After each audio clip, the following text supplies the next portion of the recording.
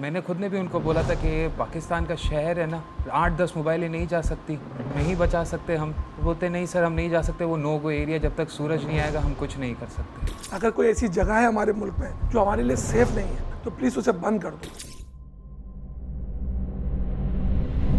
अली की मेरी मुलाकात रात को 7 मुहर्रम को रात 12:15 पे हुई थी। जब उसने कहा मैं कोयटा जा रहा हूँ तो मैंने उसको मना किया कि कोयटा की हालात सही नहीं है, अक्सर मैं देखता हूँ, कोशिश करो मत जाओ। तो उसने कहा 20 बच्चों के साथ जा रहा हूँ, तो मैंने मना किया। तो थोड़ा सा वो कतरा गया, फिर वो चला गया। फिर मैंने उसे फोन करके बोला भाई खैर खैरियत से जाओ, नाराजगी से मत जाओ। वो चला गया, बहुत खुश था। वो वहाँ पहुंचा, लेट पहुंचा, इलाके सही नहीं थे, रोड सही नहीं थे, पहुंचा लेट। फिर उसने हमसे हंसी मजाक से बात की, वहाँ रुका, वहाँ बहुत अच्छा रहा वो और बहुत खुश था। आते वक्त भी उसने मुझसे बहुत अच्छी बात की, कह रहा था मुझे बहुत मजा आया। फिर इसने मैं खाना खा के निकलता हूँ तो वहाँ पर उनके कोई दोस्त हैं, उन्होंने रोका, बोला आज रात का सफर ना करें। तो अल्लाह को मंजूर था ना भाई, उसको बुला रहा था कोई, तो उसने जिद नहीं करी, वो चला गया। आधे घंटे तक लाइव लोकेशन तो उसकी रही, इसके बाद कट गई। फिर उस लड़के को मेरी बहू ने फोन किया उसको कि हम लोग को इस तरह हमारे साथ वाकया हुआ है, गोलियां चलाई गई हैं, जिसपे अली को गोली लगी है, अली शायद शहीद हो चुके हैं और मुझे भी 5 गोली लगी है जिसपे मैं बहुत जख्मी हूँ। कहीं मेरी आंख ना बंद हो जाए, मेरे बच्चों का क्या होगा। उसकी 2 बेटियां सामने हैं, शोहर उसका मर चुका है और वो जिंदा है और डर रही है। वो यही बोली आप लोग आ जाओ, आप लोग आ जाओ, हमारे पास आ जाओ। आखिरी में 6:30 बजे अपनी वसीयत लिखवाना शुरू कर दी थी। इससे बड़ी बात बताऊँ आपको, वो अपनी बेटी को बोली अगर मैं बेहोश हो जाऊं तो ये फुप्पो का नंबर है, इस पर आपने बस फ़ोन करते रहना है, आपने बंद नहीं करना है इस फ़ोन को।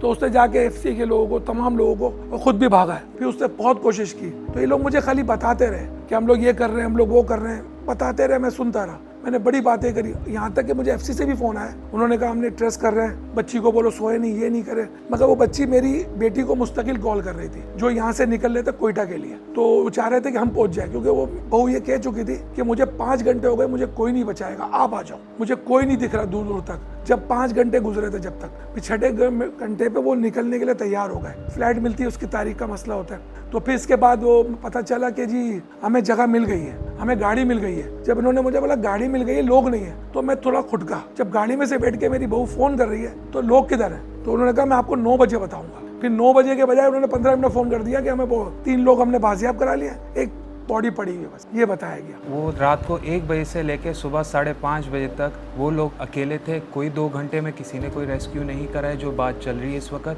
दूसरी चीज़ ये कि ये भी बात चली कि एयर एम्बुलेंस के ज़रिए आया है शहीद। एयर एम्बुलेंस के ज़रिए नहीं आया, वो कार्गो में आया, PIA की फ़्लाइट से। हम इन सब को PIA की फ़्लाइट से खुद लेके आए।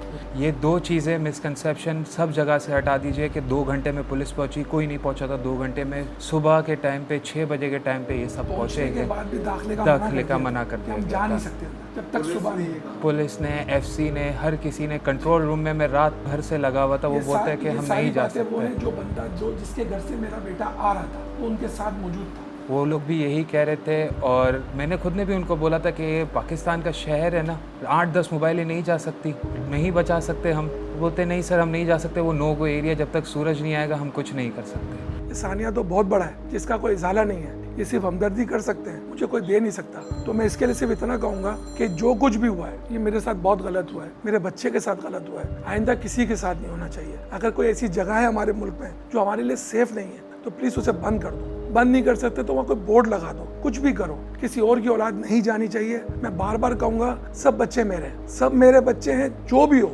आज पहला मेरा है, कोई दूसरा नहीं होना चाहिए। एक छोटी सी गलती, इस गलती को आप गलती कहेंगे, आप गूगल पे डालेंगे, ये गूगल की गलती नहीं, इंसान की गलती है। आपने ऐसी काम ही है, जब वहाँ नेटवर्क ही नहीं आते तो गूगल की क्या गलती है सर? ये आप लोगों की गलती है। आपने वहाँ बोर्ड नहीं लगाया, आपने वहाँ पाबंदी नहीं लगाई, सिर्फ आपने कहा जब मर्जी चाहे जाओ चले जाओ। मैंने उनसे एक रिक्वेस्ट की है कि आप हमारे शहीद ताजिर का जो नाम है, शहीद का नाम जो है हमेशा जिंदा रहता है। जिस जगह उसे शहीद किया गया है उस रोड को उस शहीद ताजिर के नाम से मुंसलिक किया जाए, ताकि ये याद रहे कि हमारा कराची का ताजिर जो है वो वहाँ पर शहीद हुआ है। और ये एक बहुत बड़ा सान्हा है, क्योंकि बलूचिस्तान के लोग जो हैं, हमारे बलोच कौम जो है, जो हमारे वहाँ के लोग हैं, उनकी तो रवायात है, वो हमारी बहन बेटियों के सर पे चादरें डालते हैं। मगर अफसोसनाक बात यह है कि कुछ चंद जो शरपसंद अनासिर हैं उन्होंने हमें हमारे शहीद भाई की लाश दी यहाँ पर, और हमारी बहन जो है, जो बहुत बहादुर बेटी जो है, अल्लाह पाक उनको सेहत जिंदगी दें और बच्चियों के नसीब अच्छे करें। उन्होंने बड़ी एफर्ट की और अपनी